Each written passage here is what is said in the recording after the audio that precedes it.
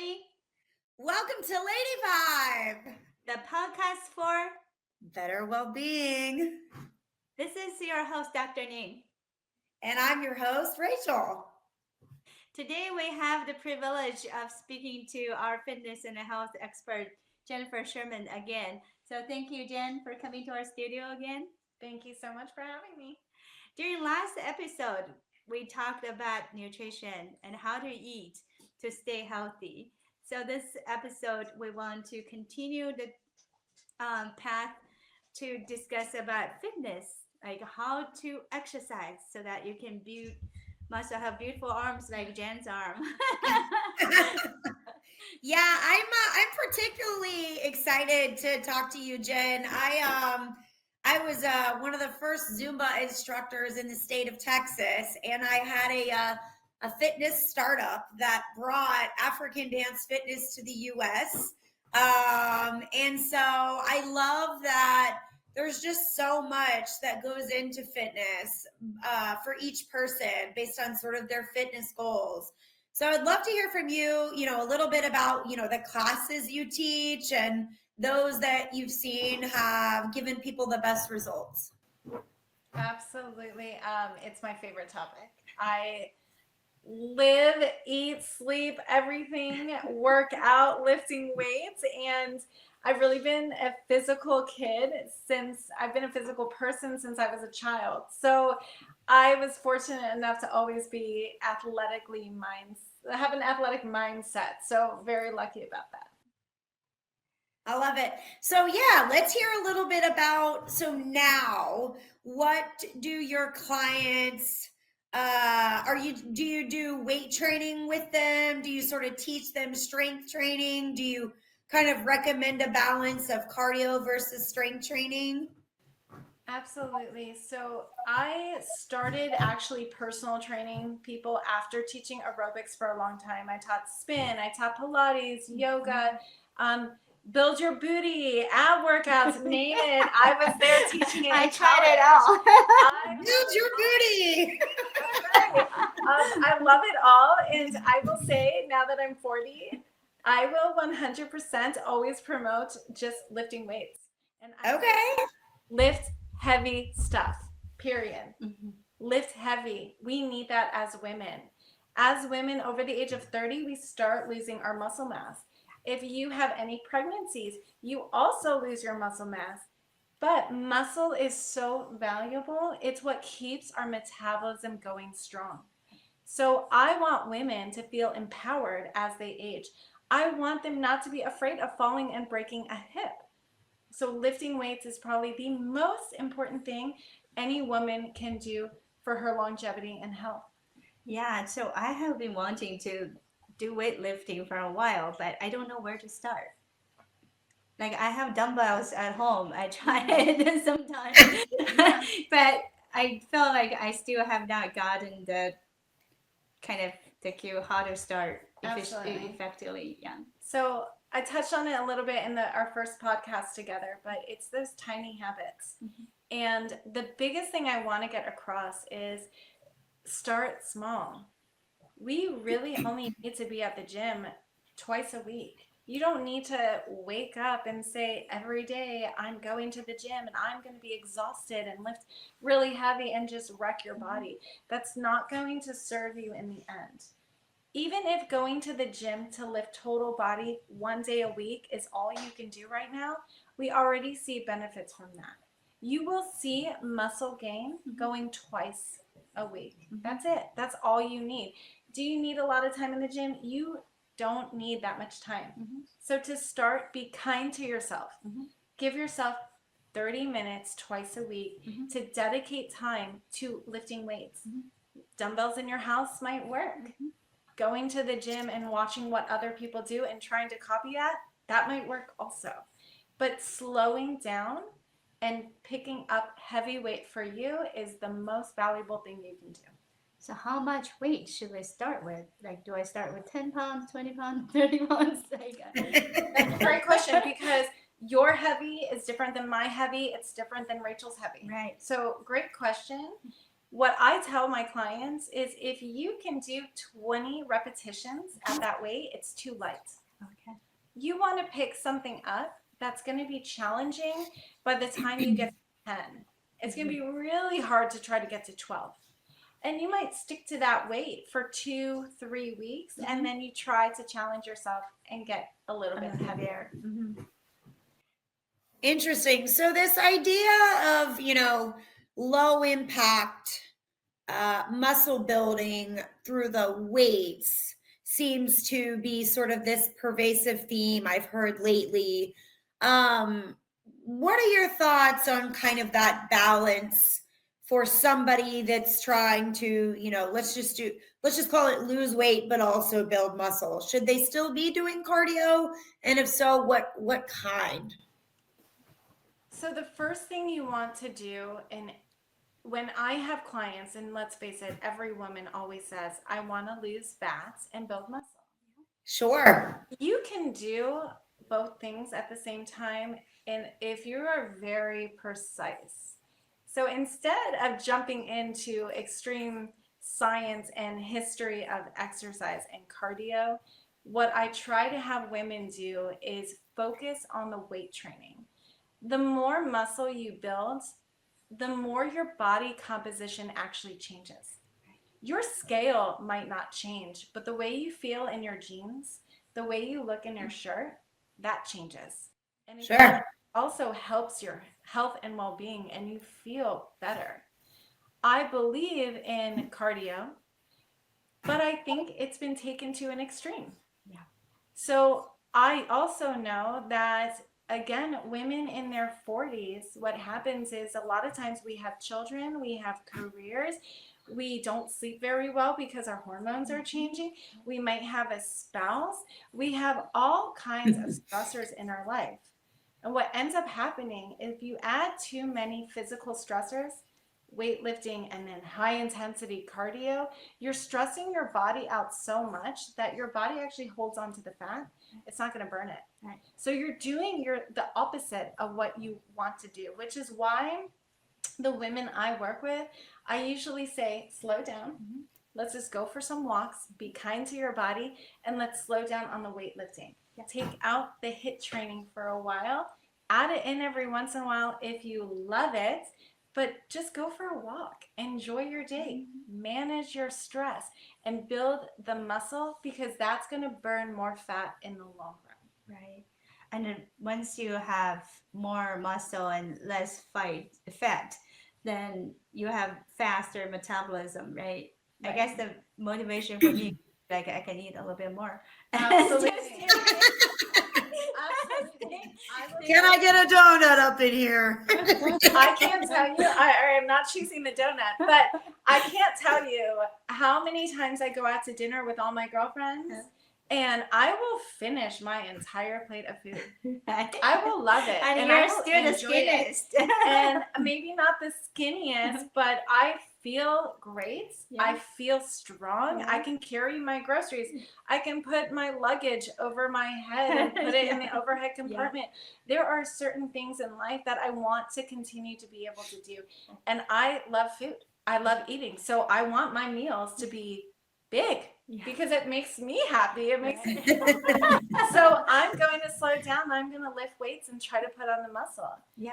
What I tell people is, if we are all sitting on a couch, if you're sitting on a big couch reclining with 10 other people, and you're there for 24 hours, the people with the most muscle are burning the most amount of calories, and they require the most calories just for their organs to function. Right. That is our goal. Right. We want to increase our metabolic rate. Yeah, exactly. That's my I love it. So what are you gonna say, Nate? I said that's my motivation to build more muscles. Yeah. I don't blame you. And then So, best case scenario, it sounds like it's like, strength training is, ideal if you're getting into fitness, and, just for long-term muscle building, there's more longevity with, building that strength. How about core? What's the importance of doing core? core is technically from your hamstrings to your shoulders. Okay. Sure, it's the stabilization of your body. So I think maybe people focus on it maybe too often or not in the right ways. Okay. But really, you need a strong core. You need to be stable when you're exercising. That's why I really promote in a healthy average person, I promote free weights because you require balance to be able to use free weights. Whenever you require any type of balance, you're automatically activating your core. And then if you want to focus, there are different progressions that I would have people do in order to really stabilize their core and work on their core muscles. But if you want to show your abdominals, you require losing a lot of body fat. Right. So just because you're doing crunches doesn't mean you're going to show up with a six pack. Right. What about just like building a routine though? Like what tips, more from that behavioral science? It's kind of like you said at the beginning of the year, everybody's psyched out about New Year's challenges and, doing 2-3 weeks of workout classes and then they fall off. Like, what is it that we as women can do to, either create incentives or, get motivation? Like, what do we do to keep it going? So I believe in community. Make an effort with a friend and say, hey, we're going to hold each other accountable. Let's go to on these days. I always have an agenda book. I have a calendar. If you need to, set that time in your calendar where you're like, okay, on Mondays and Thursdays, I'm going to the gym during lunch, whatever it is, because again, you don't need more than a half hour to start. You want to create that habit. So start small, start with something that's going to be effective for you. And if you see after 2 or 3 weeks, oh, I haven't really been doing it, that's okay. Figure out a different tool to make it work the next time. Yeah. And I have to say, be careful in terms of which friend you want to pick because your friend is what is it? It up. Bad company corrupts good morals. Just kidding. People who are super motivated, can get you. Yeah. So, absolutely. Yeah, but I do like that, and I also think it's probably a priority thing, right? If you prioritize your exercise, your weightlifting, and nothing else should get in the way, And I do tell my clients who have like teenage sons specifically, a great way for moms and sons to bond is by doing something active. So no teenage boy wants to look his mom in the face and be like, so I have this crush on this girl. But if you're doing something active and you're not looking each other in the eyes, they're more likely to start to communicate with you and tell you all sorts of things that's happening at school. So it's actually a great way to bond with your children at the gym, and then also both of you will get involved in weightlifting. And most likely a teenage boy at this point knows a lot about weightlifting because they're following whoever on that's my son. TikTok. They're following people on TikTok. Not that it's correct knowledge, but it can get you both active and doing something together. So you are motivated to get to the gym because you're also bonding with your child. Yeah. That's what I need to do. She's gonna tell him to get in the car. Yeah, and when you do exercise, safety is an important thing, right? A lot of people get injured during exercise, so I want to know what tips do you have for our audience in terms of safety? Absolutely, that's a great question. So when I'm programming for clients and programming for myself, I used to do this, standing on an upside down Bosu ball, acting all crazy, looking cool with all kinds of movements, okay? I did that, and a personal trainer that was older than me at the gym called me out and was like, okay, you can't do that with your clients, okay? And that's where it kind of shifted for me, and I understood there are 5 things that my clients need to work on. 5. Overhead press, okay? Can you take your dishes out of the dishwasher and put them in the cabinet when you're 90 years old? There's your overhead press.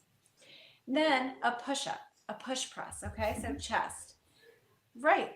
If you Just are simple at home again when you're push-ups. 90 and you fall over and you need to push yourself up, can you? Yeah. Okay.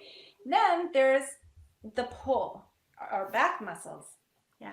Can you open up the door on your own? Mm-hmm. Can you safely move furniture out of your way to get where you need to go for safety when you're 90 years old? Yeah. My thought process is always, how do I help my clients live independently till they're 120, where they don't need help? Then we have the deadlifts. So that's a hinge, a hip hinge. And that's, think about that in terms of going to your dishwasher, bending down appropriately, and then lifting the dishes up. That's your hinge. And you have a squat. Can you get up off the ground if you fall? Can you get up off the toilet seat? Can you get up off the couch? We are squatting all day long. So those 5 things. And then there's the core. You can add that core in because you really need a strong core to balance you as you age. So I keep it very simple. I don't want to challenge my clients and come up with these crazy schemes because we really don't need that. We need those 5 simple things for our longevity. Yeah.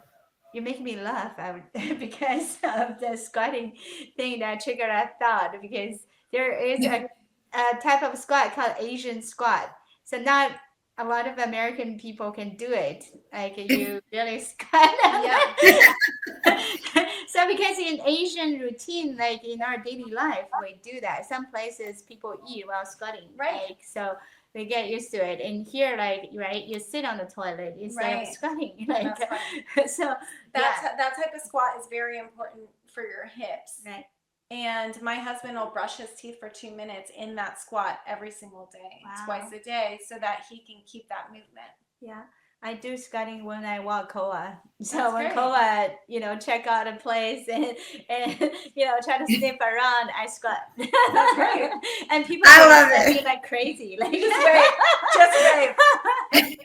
Yeah, but I think the theme that I'm noticing though is they're all functional, right? And so it's doing exercise and activity to really improve your daily activities, right? And so I know that that's a big focus, even as the elderly are sort of rehabbing when they're in the nursing home or assisted living. It's sort of, how do we keep your function, right? And so I could certainly see the importance of, like you said, doing those 5 exercises and focusing on core. All 5 of the ones you mentioned this morning, I actually did in my class at Lifetime. So that's a good sign. I mean, I was trained by Lifetime back in 2000. There you go. And then Equinox after that. What I will say though too is you want to make sure that you're focused on all those 5 things and that you can progressively overload that. So you can start with all those things without weights. Sure. Slowly increase it to make it harder. I'm still doing those 5 things, but what it looks like for me in the gym is going to look different than me, but we're still working on the same muscle groups. same routine, yeah. But by increasing the weight, gradually, like then you're increasing the challenge to the muscle and build more, right? Yeah. I think I have another question. So yoga. There's more intense yoga, and then there's what I would consider to be more yoga for sort of that mind management, stress. So, as it relates to yoga, do you consider that to be more of a workout or more of a rest day type activity? So first of all, I've always said yoga is the fountain of youth. You want to live a long life and you want to be limber. Yoga will do that for you. So for me, I do yoga every single day. It's either active recovery or regardless of what I do that day, I don't skip at least 20 minutes of yoga. I've changed my yoga performance to now doing yin yoga, where it's very calming because the rest of my life can be overwhelming and stressed. I've mentally shifted. But I will tell you, I love power yoga for the longest time. I loved hot yoga for the longest time. But I would use that as more of recovery stuff. And it didn't necessarily count as a workout. It just counted as being active during the day. and more of protecting myself and my goals and being in my prime when I'm 80, I know I need to do that stuff in order to feel my best. So like yoga is not a weight training tool for you. It's more like Right. That's more, well, now I use it much more as a stress management, which I know we'll talk about in the next podcast. I use it for stress management now, but I also believe that yoga will strengthen your body. You are able to work your muscles and hold your body weight, and it definitely helps with balance. But it works in conjunction with lifting weights. And what I tell people now, what I've realized is you want to leave the gym feeling refreshed, not wrecked. Yeah. And I lived long enough doing my intense CrossFit workouts, my intense where I leave and I'm like, oh my gosh, I won't be able to walk for 5 days. Yeah, the boot camp kills me. And I mean, believe me, I love that feeling too. I love the next day when I'm like, I can't walk down the stairs. My legs are killing me. I love that, but I definitely appreciate every time I leave the gym feeling like, oh, I feel so refreshed. I feel so great. I feel motivated for my day. Yeah. What about like stretching and foam rolling? What are your thoughts on how long to do that? I mean, I'll be honest, I don't always do that. I didn't do that until I got older. I'll be honest. And I mean, I'm not old by any means. I don't think I'm old, but I see the value in it the older I get. So I take my time. I will prime my muscles and stretch about 30 to 40 minutes before a heavy leg day. So I will make sure I'm properly warmed up and making sure that I am ready to work the muscles properly without pulling anything, at least hoping not to pull anything. But it just kind of depends on you. I see ex-baseball players at the gym where I go to, and they are working on their mobilization at least 2 times a week before they get into the gym and start lifting. They're doing a good 30 minutes of mobility warm-up just to make sure that their muscles are ready to go in the right rotation. So you do recommend a warm up before you do the actual weightlifting? I do. I think you need a dynamic warm up. Yes, it needs to be dynamic. You need to be moving and really warming up your muscles. Well, you don't want running on the treadmill. Walking. Okay. Walking's good. A walking stretch where you're stretching out your hamstrings and you're leaning forward. Or you're keeping your leg back and you're warming up your quadriceps. Those are good. You want to do your static stretching after you lift. Because if you're holding your muscles in a long stretch position for too long before you lift, they're too relaxed. You can end up pulling something if you're lifting right after. Yeah. That's the kind of safety rules that I want to emphasize, right? Because I don't want anybody to, get hurt. Especially have you dealt with clients with like chronic diseases? Some people have like a knee problem, and some people have like even severe like lupus or something. What advice do you have for them? Yeah, so there are definitely lots of clients who have different types of diseases and long-term chronic illnesses. So bad knees, bad back, lupus, autoimmune disorders. So again, that's where I come in to talk about inflammation of the body, making sure that we've had blood labs done with a functional medicine doctor, if possible, because we do know a lot of lupus symptoms come from mold exposure and different types of exposure, maybe from childhood. So if we can eliminate some of that on the back end through nutrition and working with a doctor, then they'll have better results in the gym. Also, people with type 1 diabetes have to exercise differently as well. So you really, really have to slow things down to make sure you don't overly inflame the body. A lot of these diseases are dis-ease of the body, and it's caused by a lot of inflammation, sometimes genetic, sometimes environmental. So really stepping down and taking a calming approach to lifting is extra important. I want to get people's mindsets out of, oh, I got to do HIIT training. I only have 20 minutes. I better go like balls to the wall, for lack of better phrases, okay? And then they end up really inflaming themselves, and then they can have a relapse in an autoimmune condition. So it's really about being able to listen to your body and giving yourself grace and permission to allow yourself to slow down a little bit, to take your time, to enjoy the feeling of lifting a heavy weight and making it hard, and then taking proper rest in between each set to really see the results. And yeah, you mentioned it's so important that they work with their doctors, to all professionals like you, when they craft that initial exercise routine and monitor their change, their feelings, to make sure that they don't get injured. Yeah. And another study that I have learned was that, like, it's never too late to start Right. exercise. So Yeah. for 90 years old, Yeah. like if they start like small weight training like that, reduce their risk of falling. So you're so right. And the people who haven't lifted before will see the biggest results quicker than somebody who's been weight training their whole life. Right. It takes a long time to build muscle. So one of the pushbacks I see is women saying, oh my gosh, I can't have creatine and I can't lift weights because then I'm going to get bulky and look like a guy. I mean, that doesn't happen. How many women do you see over 7 feet tall? Not many, right? Probably not many. You don't see women who can naturally become very masculine, manly right, without having extra stuff on the side. Right. Okay. Mhm. So these are the types of things I like to talk about also. I like that. This has been super helpful. No, thanks for going through all of that. I think, it's helpful to recap.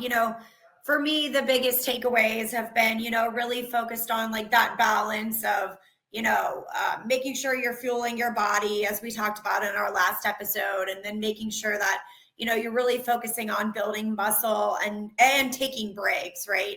So that was really helpful to me. And then Ning, I think you had highlighted some key points there as well. So I say, if you do eat your proteins, Yeah. and go to the gym, or just at home do your twice a week, Yeah. lift, starting from there. Absolutely. Like, in a month, 2 months, you will see results. You will Sure. see results. Like you said, there are studies that show people in their 70s who didn't exercise and lift weights are seeing muscle gain, whereas before we didn't think that was possible. So keep in mind that muscle is built when you're at rest. So when you are stimulating the muscle, you're tearing your muscle fibers.